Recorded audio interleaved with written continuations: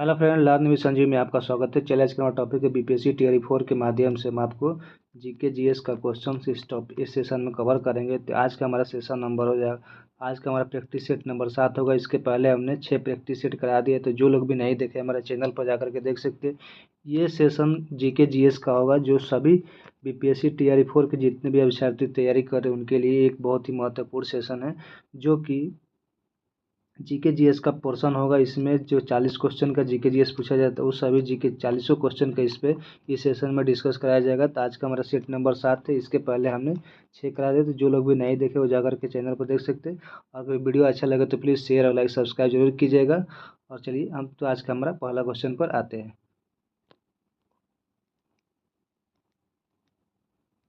आज का हमारा पहला क्वेश्चन है, ये हमारा सामान्य स्टडी यानी जनरल स्टडी जीके जीएस का क्वेश्चन हम देखेंगे भाग 2 में इस टोटल प्रैक्टिस सेट का।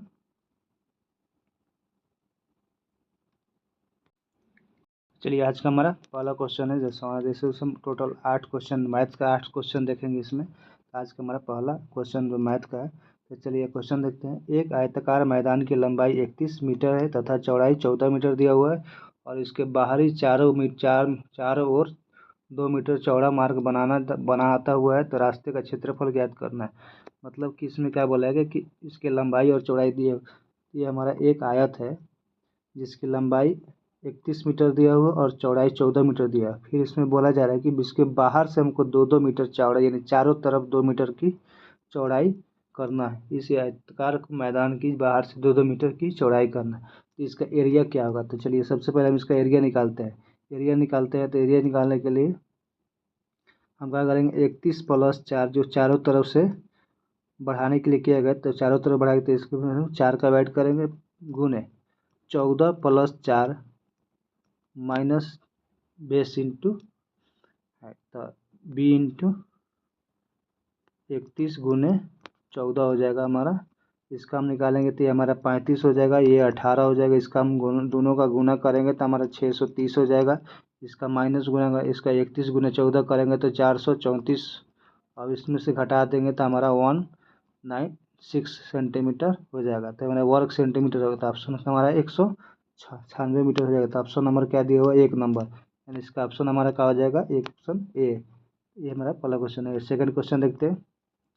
सेकंड क्वेश्चन बोला गया कि एक काम का 30% 30 दिन में करता है, यानी एक है जो काम को 30 दिन में करता है। तो इसमें 30% का यानी 30% काम करता है, तो 70% का हुआ उसको अभी बचा हुआ 70% काम बचा हुआ है। यानी फिर बी को बुलाता था, तो दोनों साथ मिलकर 20 दिन में काम करता है। ए प्लस बी दोनों मिलकर उसी काम को जिस बचा हुआ काम को 20 दिन में पूरा करता है। तो अकेले बी पूरा काम अकेले करने में अकेले बी को कितना समय लगेगा, यानी जब बी को करेगा तो उसको को कितना समय लगेगा। तो अगर 70% अगर हम 1% का वैल्यू निकालते हैं तो 20 गुने 100/70 हो जाएगा। तो इसका हमारा ऑप्शन हो जाएगा 200/7 हो जाएगा, यहाँ से कट जाएगा। अब इसको हम निकालते हैं एरिया कि कितना परसेंट बी का अकेला काम निकालेंगे। तो बी अकेले काम करेगा, यानी इसको हम पलट देंगे तो 7/200 हो जाएगा माइनस 1/100। इसका हम एलसीएम निकालेंगे तो 200 हो जाएगा, और इसका भाग करेंगे तो ये 7 - 2 हो जाएगा, यानी 5/200 हो जाएगा। इसको काट देंगे तो 1/40, यानी अकेले भी हमारा कितने दिन में काम करेगा? 40 दिन में करेगा। चलिए अगला क्वेश्चन देखते हैं। अगला क्वेश्चन है कि 10वीं कक्षा के डिवीजन में 50 छात्रों का औसत अंक प्राप्त किए गए। औसत 61 है, और बी डिवीजन में 25 छात्रों का अंक 57 दिया हुआ, और सी का 50 छात्रों का 55 दिया हुआ। तो तीनों डिवीजन के छात्रों का अंक का औसत के यानी एवरेज क्या होगा? तो इसका हमारा तीनों का एवरेज निकालना है। सबसे पहले हम इस तीनों को क्या कर देंगे, 50 का एवरेज कितना दिया हुआ था? 61 प्लस, और 25 का एवरेज कितना दिया हुआ है? 25 गुने 57। तो इसका हमारा 57 प्लस, और इसका 55 गुने 50 गुने 55। इसका एवरेज तीनों का हम दे दिए 50 50 प्लस 25।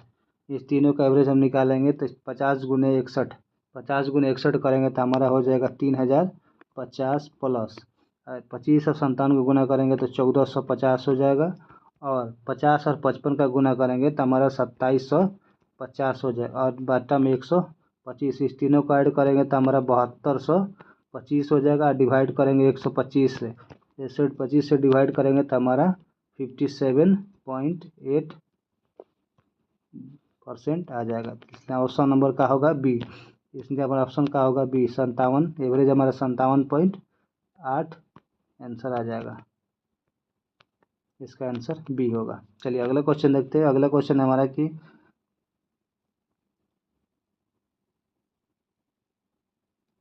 9,36,000 के लाभ पर 2:2:3:5 के अनुपात में अनिरुद्ध, बलवंत और चारुदत्ता में बांटा जाना चाहिए, तो चारुदत्ता को कितने रुपये मिलेंगे। तो सबसे पहले चारुदत्ता को कितने रुपये मिलेंगे, इसको हम अनुपात में बांटते हैं। तो इसको कितना दिया हुआ 2:3 और 5, इसको हम x में मान लेते हैं। तो 2x/3x और 5x का मान कर देंगे तो हमारा कितना था 9,36,000 को हम कितना, अगर हम यदि अनिरुद्ध का निकालते हैं तो 2x बराबर, इस तीनों को जोड़ेंगे तो हमारा 10x हो जाएगा। 10x का निकालेंगे तो हमारा 1,72,000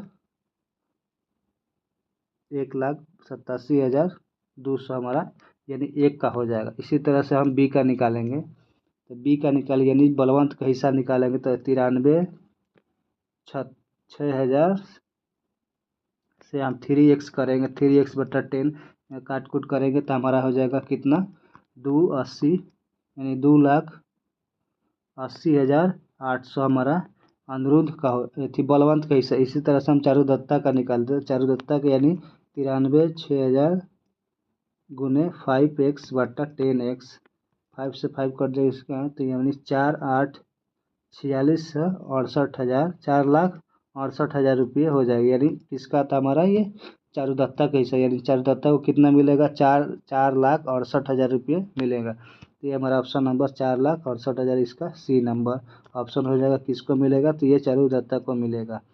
इसका ऑप्शन सी हो जाएगा। चलिए अगला क्वेश्चन देखते हैं। अगला क्वेश्चन है हमारा कि यदि cot a minus cos x a का है तो x का मान, तो x का मान क्या होगा, ये इसका नहीं, a माइनस बी के होल इसका ऊपर निकालें तो इसका ऑप्शन हमारा आ जाए ए नंबर हो जाएगा। चलिए अगला क्वेश्चन देखते हैं। अगला क्वेश्चन है कि दो खंभे जिनकी ऊंचाई 7 फीट 12 फीट है, तो वह एक भूमि पर दूसरे से 12 मीटर की दूरी पर खड़े हैं। तो खंभे के शीर्ष, मान लीजिए ये हमारा एक त्रिभुज है, जो ये हमारा ऊंचाई कितना दिया हुआ है 7 मीटर, ऊंचाई कितना दिया हुआ है 7 मीटर, 7 मीटर दिया हुआ है और एवं 12 फीट दिया हुआ है। ये टोटल हमारे यहाँ से यहाँ तक कितना दिया है 12 फीट, और इसकी 5 फीट, 7 फीट 12 फीट,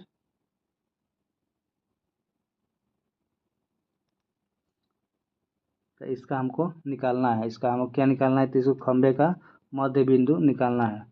तो चलिए देखते हैं इसका हमारा मध्य बिंदु कैसे निकलता है।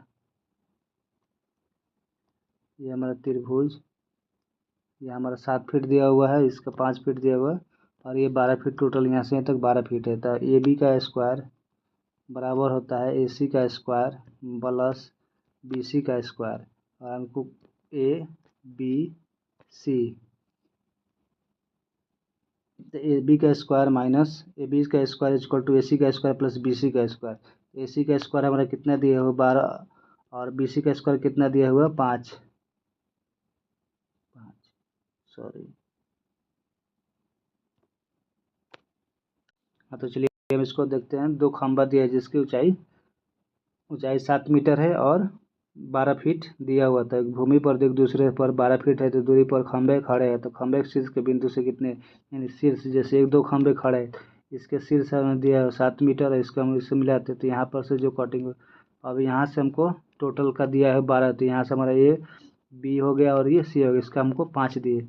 जब ये 7 है तो ये हमारा पूरे 12, तो ये 7 है तो ये हमारा 5 हो गया। तो 5 12, अगर हम ट्रिपलेट से निकालेंगे तो 5 12 और 13 होता है, लेकिन इसको हम तो ठीक निकालते हैं। तो देखते हैं, सबसे ए बी का स्क्वायर बराबर होता है ए सी का स्क्वायर प्लस बी सी का स्क्वायर, ए बी का स्क्वायर, ए सी का स्क्वायर कितना दिया हुआ है, ए सी का स्क्वायर हमारा 12 दिया हुआ है, 12 का स्क्वायर करेंगे प्लस, और बी सी का स्क्वायर कितना दिया हुआ है 5 का स्क्वायर, 12 5 144 का प्लस 25 का, इन दोनों का रूट निकाल देंगे, तो रूट निकालेंगे तो हमारा रूट कितना हो जाएगा 169, रूट से बाहर निकालेंगे तो कितना हो जाएगा हमारा 13, यानी 13 फीट हो जाएगा। तो ऑप्शन नंबर बी में दो, अगर ट्रिपलेट से निकालते हैं तो 5 12 13 इसे डायरेक्ट हो जाता है, इसलिए ऑप्शन हमारा बी हो जाएगा। चलिए अगला क्वेश्चन देखते हैं। अगला क्वेश्चन है, एक मध्य ए बी सी डी एक आयत बिंदु है, ए बी 10 सेंटीमीटर दिया है, तो यदि आयत एक भुजा के 12 सेंटीमीटर है तो ए बी सी डी का क्षेत्रफल क्या होगा, इसका ऑप्शन, इसका आंसर क्या होगा। चलिए इसका आंसर हो जाएगा हमारा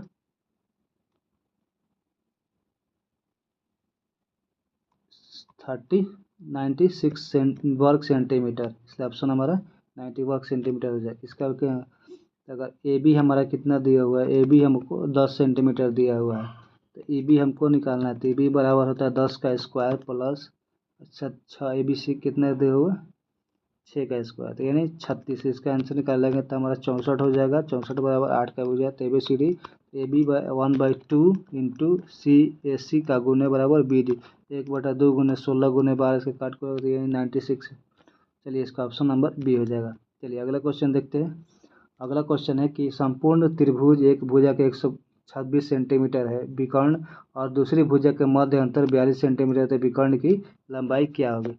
मान लीजिए x प्लस 42 का होल स्क्वायर बराबर 126 का whole square plus X square. अब इसको हम a प्लस बी के होल स्क्वायर पर तोड़ देते, एक्स स्क्वायर प्लस 42 का स्क्वायर माइनस प्लस 2 इंटू, यानी 2 इंटू यानी 2 गुणे 42 यानी 84 एक्स हो जाएगा, और 126 x square plus X square. अब इसको हम आगे देखते हैं तो हमारा हो जाएगा 84 स्क्वायर एक्स बराबर, गुना करेंगे तो 15,876 माइनस 1764 हो जाएगा, तो एक्स के बराबर क्या हो जाएगा 141 14 1 12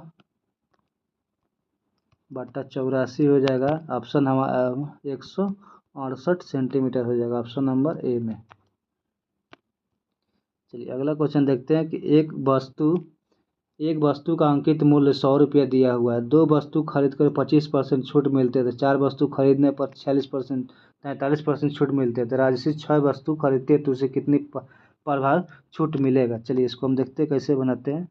तो इसमें हमारा दिया है कि एक अंकित मूल्य दिया हुआ है 100 रुपया, 100 रुपया, अगर दो वस्तु का विक्रय मूल्य करते हैं, दो वस्तु, ये दो हमारा वस्तु, दो वस्तु का विक्रय मूल्य, यानी विक्रय मूल्य को हम एस पी से लिखते हैं, तो एस पी के लिखते हैं तो एस पी गुणे दो वस्तु यानी 200 का 200 गुने 75, 25% छोड़ दिया जाए तो 75 यानी 100 यानी 150 हो जाएगा। अगर यही हमको क्या बोला है कि 4 वस्तु, यही हम 4 वस्तु कर देते हैं एस पी, तो ये हमारा 400 गुने फिर कितना परसेंट देता है 43% यानी 57%, 57% हम 100, 2 जीरो से 2 जीरो कट जाएगा तो कितना हमारा 228 हो जाएगा, 228 हो जाएगा। अब इसी को हम 6 वस्तु का करते हैं, तो 6 वस्तु का हमारा 600 गुने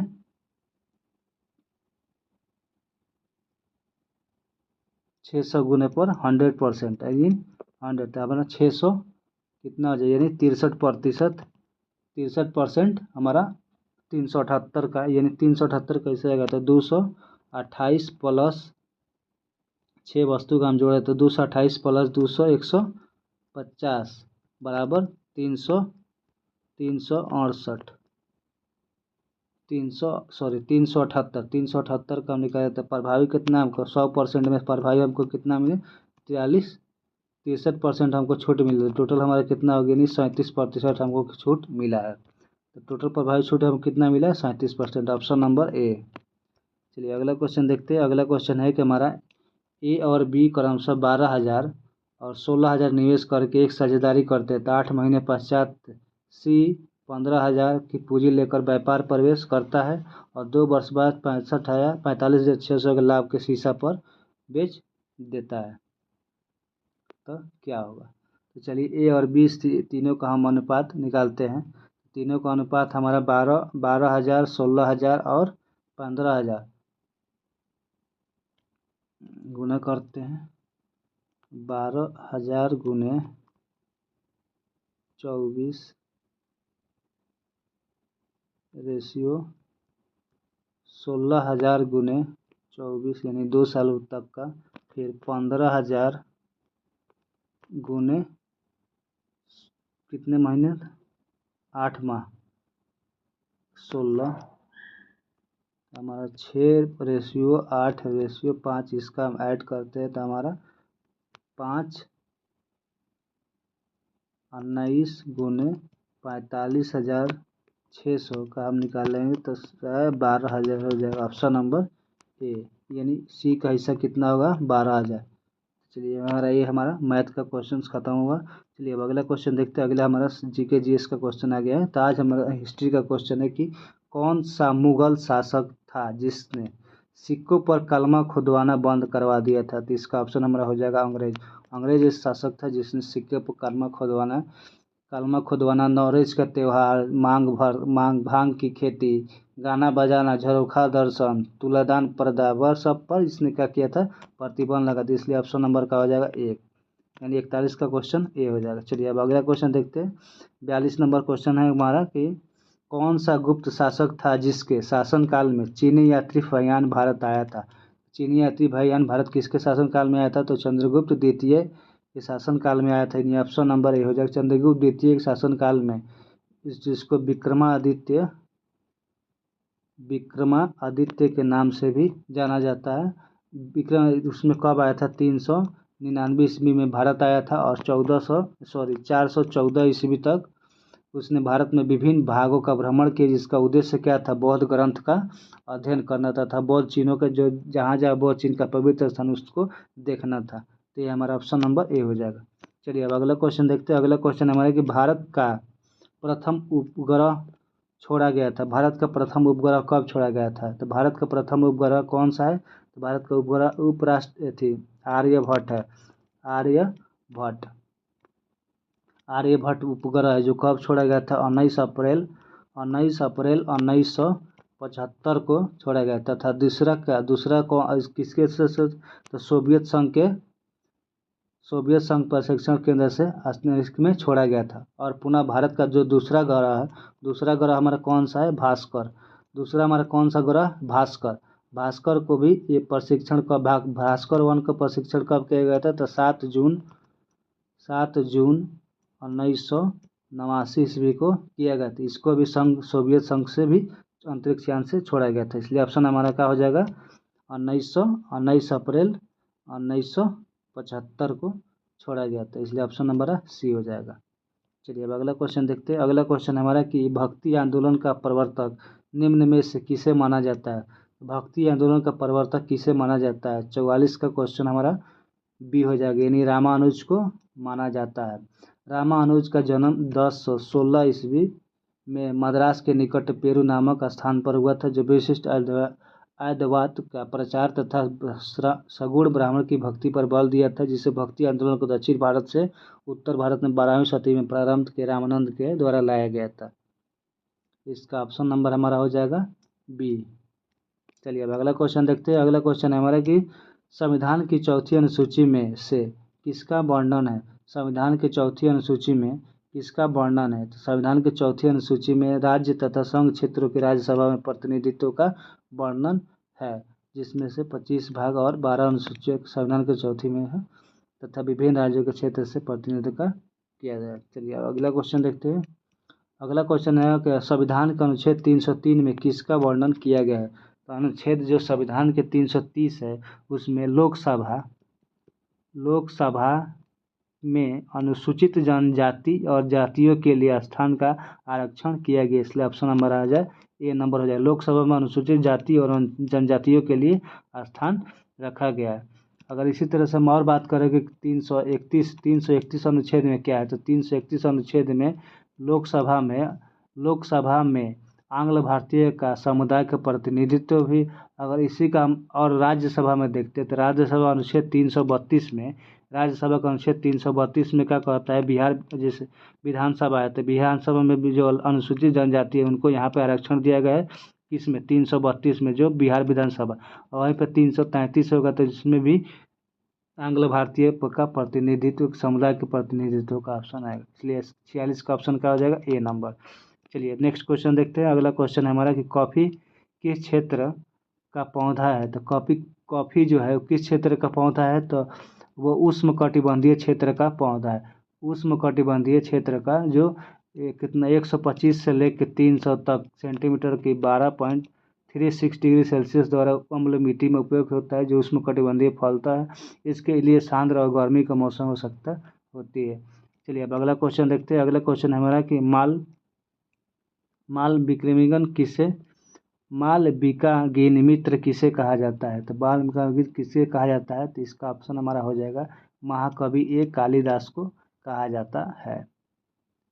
चलिए अगला क्वेश्चन देखते हैं। अगला क्वेश्चन है हमारा कि 1919 में रॉलेट एक्ट किस लिए प्रसिद्ध हुआ था। रॉलेट एक्ट किस लिए प्रसिद्ध, तो ये हमारा ऑप्शन नंबर हो जाएगा जालियांवाला बाग हत्याकांड में 13 अप्रैल 1919 को रॉलेट एक्ट पास किया, जिसे गांधी जी ने किसे काला कानून का, जिसमें कोई ना दलील ना कोई अपील, सीधा उसको अरेस्ट और किया जाता था, इसलिए ये काला कानून कहा गया है।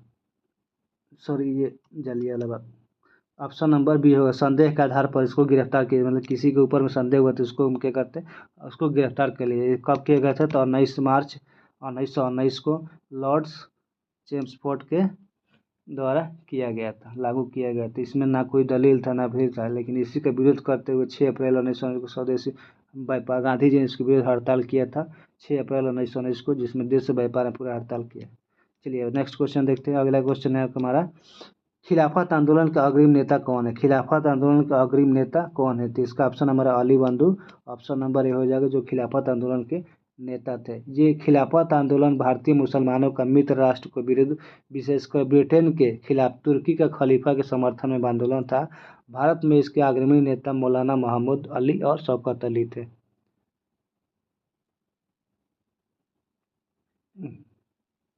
नेक्स्ट क्वेश्चन देखते हैं। अगला क्वेश्चन है कि निम्न में से सर्वाधिक प्राचीन पुराण कौन सा है। तो सबसे प्राचीन पुराण हमारा ब्राह्मण पुराण है। जो कुल पुराणों की संख्या कितनी है, टोटल 18 पुराणों की संख्या, जिसमें से सबसे प्राचीन पुराण हमारा ब्राह्मण पुराण है।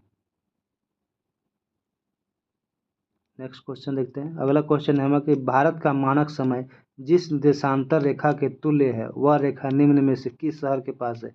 तो हमारा इलाहाबाद के नैनी से का जो साढ़े 5 घंटा से निकट 5.5 घंटे के अंतर है जो गुजरता है ग्रीनविच से, और ये कितने डिग्री पर होता था, 82.5 डिग्री पूर्वी देशांतर, जो मानक समय को निर्धारण करता है। चलिए अगला क्वेश्चन देखते हैं। अगला क्वेश्चन हमारा कि पृथ्वी का निकट ग्रह कौन सा है। तो पृथ्वी का निकट ग्रह हमारा कौन सा है, शुक्र है। पृथ्वी के निकट, ये कौन पूछ रहा है, पृथ्वी पूछ रहा है। पृथ्वी के निकट हमारा कौन सा पहला ग्रह होगा, सूर्य होगा। सूर्य के बाद हमारा मंगल, मंगल के बाद हमारा हो जाएगा सूर्य के बाद मंगल, मंगल के बाद हमारा बुध हो जाएगा, बुध के बाद हमारा बृहस्पति हो जाएगा, बृहस्पति है, बृहस्पति के बाद हमारा शनि हो जाएगा, शनि के बाद यूरेनस, यूरेनस और यूरेनस के बाद हो जाएगा नेपच्यून, नेपच्यून। ये हमारा पृथ्वी के निकट ग्रह है सब। अगर ये हमारा सूर्य के निकट पूछा जाए ग्रह, सूर्य के निकट ग्रह, तो सूर्य के निकट हमारा कौन सा पहला ग्रह है, पहला बुध ग्रह है, दूसरा हमारा कौन सा ग्रह है, शुक्र ग्रह है, शुक्र ग्रह है, तीसरा हमारा पृथ्वी है, और चौथा मंगल, पांचवा बृहस्पति, बृहस्पति सबसे बड़ा ग्रह है, और बृहस्पति के बाद शनि, शनि के बाद हमारा है यूरेनस, के बाद नेपच्यून, नेपच्यून। तो ये रहा हमारा सूर्य के निकट ग्रह। चलिए अगला क्वेश्चन देखते हैं। अगला क्वेश्चन है कि एक सामान्य व्यक्ति का स्पष्ट दृष्टि न्यूनतम कितनी जरूरत है। तो 25 सेंटीमीटर एक सामान्य वस्तु देख सकता है, option number B. Next question, पके हुए अंगूर में होता है, पका हुआ अंगूर में क्या होता है। तो पका हुआ अंगूर जो होता है, तो पका हुआ अंगूर में फ्रुक्टोज, फ्रुक्टोज अधिकतर जो फल पका होता है उसमें क्या होता है, फ्रुक्टोज पाया जाता है। तो इसलिए ऑप्शन हमारा क्या हो जाएगा, पके हुए अंगूर को, तो अंगूर जो पूछ रहा था, अंगूर में हमारा सबसे अधिकतम किसका होता है, तो अधिकतम हमारा ग्लूकोज का हो जाएगा। और सुक्रोज किस में होता है, सुक्रोज हमारा गन्ना में होता है। पके हुए फल में क्या होता है, फ्रुक्टोज होता है। लेकिन अंगूर का पूछा था हमारा, यह ग्लूकोज हो जाएगा, ऑप्शन नंबर बी। चलिए अगला क्वेश्चन है कि नोबेल पुरस्कार अल्फ्रेड नोबेल के नाम पर शुरू किए जिन्होंने खोज की थी। इसने किसने खोज की थी, तो हमारा dynamite, option number B. Alfred Nobel ने डायनामाइट की खोज किया था। विस्फोट डायनामाइट की खोज की थी, अतः इसका पश्चाताप हुआ कि उन्होंने ये घोषणा की है, जो कि इसका रचनात्मक कार्य वैज्ञानिक शोध करेगा तो उसको मेरी संपत्ति के ब्याज से पुरस्कृत किया जाएगा, जिसके बाद इसको क्या नोबेल पुरस्कार नाम दिया गया था। चलिए अब अगला क्वेश्चन है कि पृथ्वी का विषुवतीय व्यास कितना है। तो पृथ्वी का विषुवतीय व्यास 12,556 किलोमीटर है। अगर पृथ्वी का विषुवतीय व्यास 12,500, ध्रुवीय व्यास पूछ जाता है तो 12,713 714 किलोमीटर है। अगर पृथ्वी का भूमध्य रेखीय व्यास पूछा जाता है 4,075 किलोमीटर है। अगर इसका अनुमानित लगभग लगाया जाए कि पृथ्वी की अनुमानित आयु लगभग कितना होगा, तो 4600 करोड़ वर्ष है। चलिए अब अगला क्वेश्चन देखते हैं। अगला क्वेश्चन है कि हमारा निम्न में से कौन सा सार्क का सदस्य नहीं है। तो इसमें से सार्क का सदस्य नहीं है, सार्क का सदस्य हमारा चीन नहीं है। सार्क सदस्य में कौन कौन से आते हैं, तो सार्क सदस्य में हमारा आता है भारत। सार्क सदस्य में भारत, पाकिस्तान, नेपाल, भूटान, बांग्लादेश, श्रीलंका, मालदीव। अगर ये पूछा जाए कि इसकी स्थापना कब की गई थी, तो इसकी स्थापना 8 दिसंबर 1985 को इसका स्थापना किया था। इसका मुख्यालय कहाँ है, तो इसका मुख्यालय काठमांडू में, नेपाल में है। तो ये रहा हमारा, और अफगानिस्तान भी है। चलिए अब अगला क्वेश्चन देखते हैं कि द्वितीय विश्व युद्ध का कारण क्या था। द्वितीय विश्व युद्ध का कारण क्या था। द्वितीय विश्व युद्ध का संयुक्त राष्ट्र संघ की स्थापना का मुख्य कारण था। जो ये कब हुआ था, द्वितीय विश्व युद्ध 1 सितंबर 1945 को इसका अंत हुआ। 1 सितंबर 1939 से शुरू हुआ था। 1 सितंबर 1939 से ये द्वितीय विश्व युद्ध शुरू हुआ था, और कब तक चला था, तो ये लगभग 6 वर्ष तक चला था, जिसमें से 61 देश ने भाग लिया था। और 2 सितंबर 1945 तक ये युद्ध चला था। इसका अंत हुआ। अंतर्राष्ट्रीय क्षेत्र में विश्व युद्ध का सबसे बड़ा योगदान संयुक्त राष्ट्र संघ की थी, जिसकी स्थापना 24 अक्टूबर को हुई थी।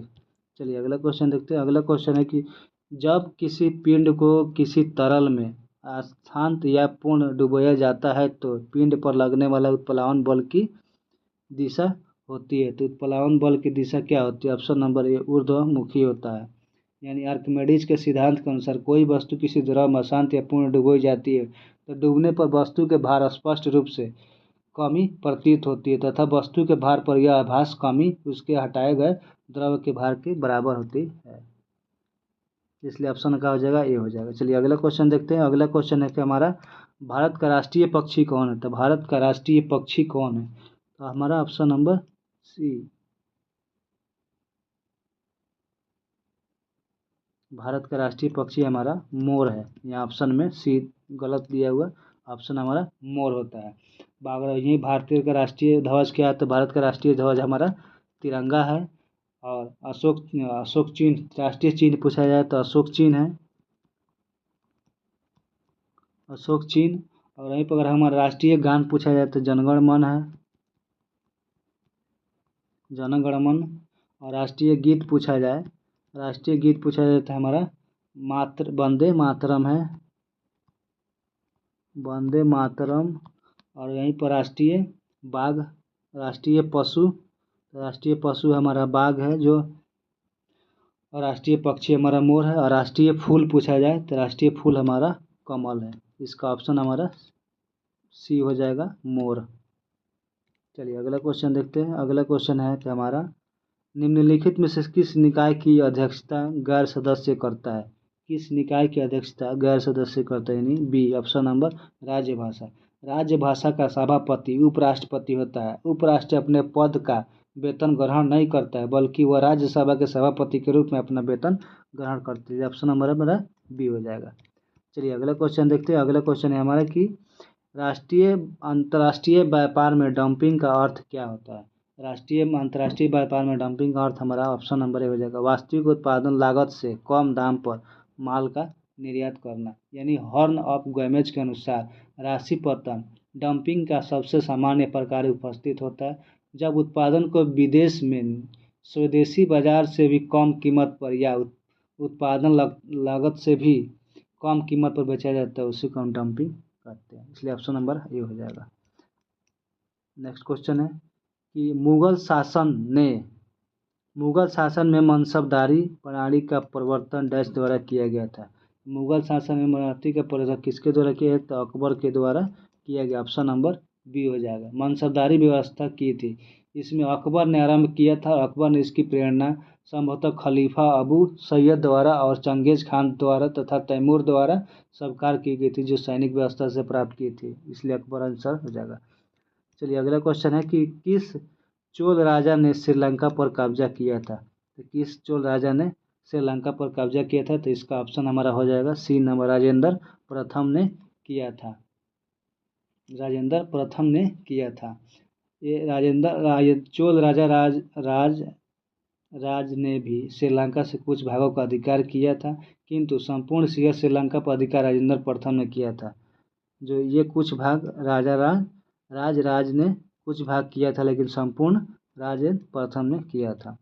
नेक्स्ट क्वेश्चन देखेंगे। अगला क्वेश्चन है कि भारत में वित्त आयोग का प्रधान कौन होता है? प्रधान का कार्य क्या होता है? तो मतलब प्रधान का कार्य क्या होता है? ऑप्शन नंबर, यानी केंद्र राज्य के बीच राजस्व का वितरण करना होता है।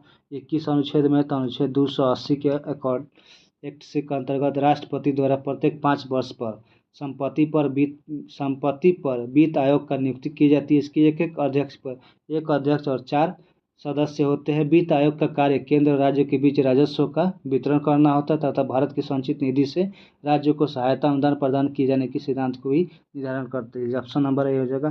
किस अनुच्छेद के तहत? 280 अनुच्छेद के तहत। चलिए अब अगला क्वेश्चन देखते हैं। तंजावुर के बृहत मंदिर का निर्माण किसने किया था? तंजावुर का जो बृहत मंदिर का निर्माण किसने किया था? तो राजा राम प्रथम ने करवाया था। ऑप्शन नंबर बी में दिया, और राजा राम प्रथम ने कराया था।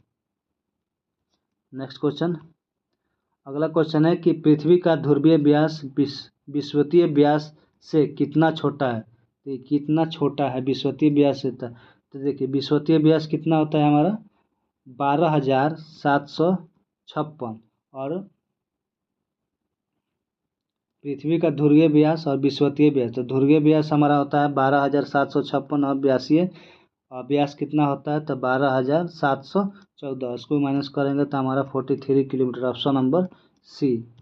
अगला क्वेश्चन है कि रिएक्टर स्केल डैश की तीव्रता मापने के लिए प्रयुक्त किया जाता है। रिएक्टर स्केल की तीव्रता मापने के लिए भूकंप किया जाता है। ऑप्शन नंबर बी, यानी भूकंप के मापने के लिए किया जाता है। इसका स्थापना कब किया गया था? तो 1935 में किया गया था। कहाँ के? अमेरिका के भूवैज्ञानिक यानी चार्ल्स, कौन से साइंटिस्ट के लिए? चार्ल्स फ्रांसिस रीचर द्वारा किया गया था। चलिए अगला क्वेश्चन देखें। इस सेशन का लास्ट क्वेश्चन है हमारा कि स्वयं कणों के वास्तविक संचालन के बिना पदार्थ द्वारा ऊष्मा हस्तांतरण कहलाता है। तो हमारा क्या कहलाता है? ऑप्शन नंबर ए हो जाएगी, यानी चालकता कहलाता है। ये रहा हमारा आज का सेशन। आज का हमारे प्रैक्टिस के साथ कई सेशन। अगर ये सेशन आपको अच्छा लगे तो प्लीज़ वीडियो को शेयर और लाइक और सब्सक्राइब जरूर कीजिए। चलिए इसके बाद मिलते हैं नेक्स्ट वीडियो के साथ। आज के लिए यहीं पर रखते हैं। धन्यवाद।